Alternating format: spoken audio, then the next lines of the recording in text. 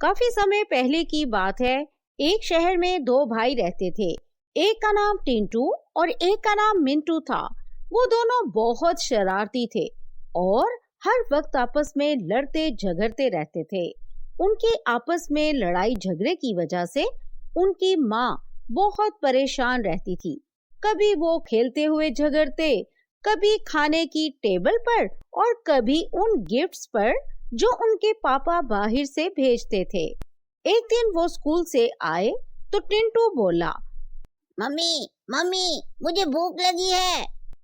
मिंटू भी बोला, मम्मी आपने जो मुझे लंच दिया था वो ब्रेक में इस मोटू ने खा लिया। मुझे बहुत ज्यादा भूख लगी है। मम्मी ये लंच नहीं कर रहा था, ये ब्रेक में बाहर लड़कों के साथ ग्राउंड में खेल रहा था, तो मैंने इसका लंच इसलिए खाया था। मोटू अभी मैंने खाना था, तुम्हें चाहिए था कि तुम मेरा वेट करते। ये मोटू किसको कहा तूने? मम्मी देखें, ये हमेशा मुझसे बहुत बदतमीजी करता है। उफ, मैं तंग आ गई हूँ तुम दोनों के झगड़े की वजह से। उनका ये रोज का मामूल बन चुका था। दोनों अपनी माँ की एक नहीं सुनते थे और आपस में फिर झगड़ा शुरू कर देते। उनके स्कूल के रास्ते में एक बाग था जिसमें एक आम का बहुत बड़ा दरख्त था, लेकिन उस बाग का माली किसी को बाग में घुसने नहीं देता था। एक दिन स्कूल से वापसी पर उन्होंने देखा कि बाग में माली मौजूद नहीं था। अरे टिंटू देखो, माली नहीं आज, आम तोड़ने का मजा आएगा। दोनों दीवार कूदकर बाग में चले गए और आपस में इस बात पर झगड़ा शुरू कर दिया कि आम के दरख्त पर कौन चढ़ेगा। चल मिंटू, मेरी पीठ पर चढ़कर तू ऊपर चढ़ जा, दरख्त पर जल्दी चढ़। नहीं, मुझे डर लगता है, तू चढ़। मुझे नहीं पता, अगर माली आ गया तो मुझे पता है कि तू मुझे छोड़ के भाग जाएगा। आखिर टिंटू ने मिंटू को जोर से धक्का देकर ऊपर चढ़ने लगा। मिंटू ने अपने स्कूल के बैग में आम इकट्ठे करने शुरू कर दिए जो ऊपर से टिंटू फेंक रहा था। टिंटू के हाथ में अचानक मधुमक्खियों का छत्ता आ गया। बस फिर क्या था, वहाँ बहुत सारी मधुमक्खियों ने टिंटू पर हमला कर दिया। टिंटू बहुत जोर से चिल्लाया और जमीन पर कूद गया। मिंटू वहां से भागने लगा, लेकिन मधुमक्खियों ने उसे भी काटना शुरू कर दिया। उनका शोर सुनकर दरख्त पर बैठी आम की परी जाग जाती है। उसने देखा कि दोनों बच्चे बहुत मुसीबत में हैं। उसने अपनी जादुई छड़ी से तुरंत सब मक्खियों को गायब कर दिया।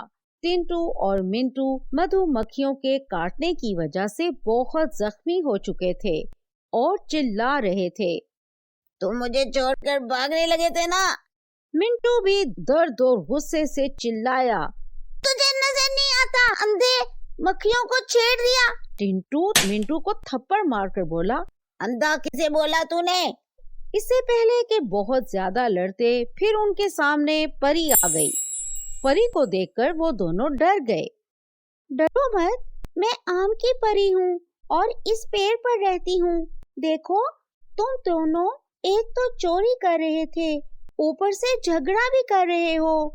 भगवान ने तुम्हें सजा दी है।